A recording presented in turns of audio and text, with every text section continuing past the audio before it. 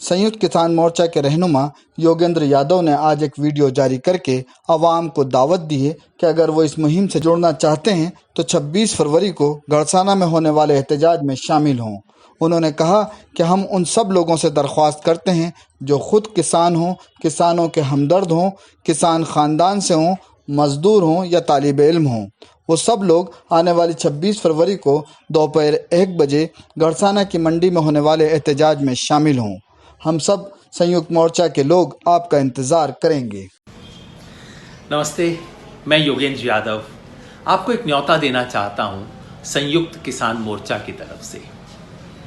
पूरे देश में जो किसान आंदोलन चल रहा है, उस आंदोलन से जुड़ने का आपके लिए एक अनूठा मौका है।